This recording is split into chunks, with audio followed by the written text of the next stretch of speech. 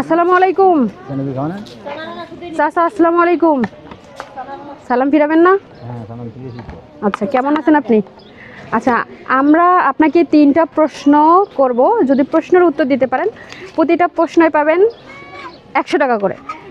সেটা হচ্ছে, আপনার রব কে? আপনার রব কে? হ্যাঁ,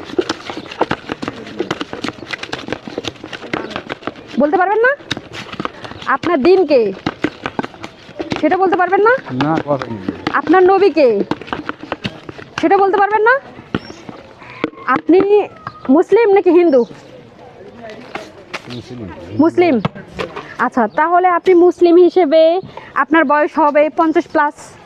তাহলে আপনার রব কে, আপনার দিন কে, আপনার ইসলাম কে, বা আপনার যে নবী কে সেটা আপনি বলতে পারলেন না। আপনার রব হচ্ছে আল্লাহ, আপনার দিন হচ্ছে ইসলাম, আপনার নবী হচ্ছে হজরত মুহাম্মদ সাল্লাল্লাহু আলাইহি ইসলাম। এটা পাইলেন না কেন? আমি আপনার সাথে কথা বলতেছি, দেখেন। আমি আপনাকে জিজ্ঞেস করছি, আপনি পাননি, সমস্যা নাই, তাতে সমস্যা নাই। আমি যে আপনাকে এখন জিজ্ঞেস করলাম, আমি যেটা বললাম যে আপনার রব কে, এখন বলেন। আমি কইতে পারি না। কইতে পারেন না? আপনি যদি এখন মৃত্যুবরণ করেন তাহলে আপনি কবরে কি জবাব দিবেন? আল্লাহ। হ্যাঁ, আল্লাহ আছে, তখন আল্লাহ আপনাকে সাহায্য করবে। হ্যাঁ, এই ভিডিওগুলো বেশি করে শেয়ার করবেন।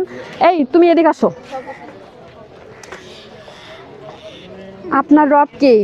আল্লাহ। আপনার দিন কে? হযরত মুহাম্মদ সাল্লাল্লাহু আলাইহি না, আপনার দিন কে? ইসলাম। ইসলাম। আচ্ছা, আপনার নবী কে?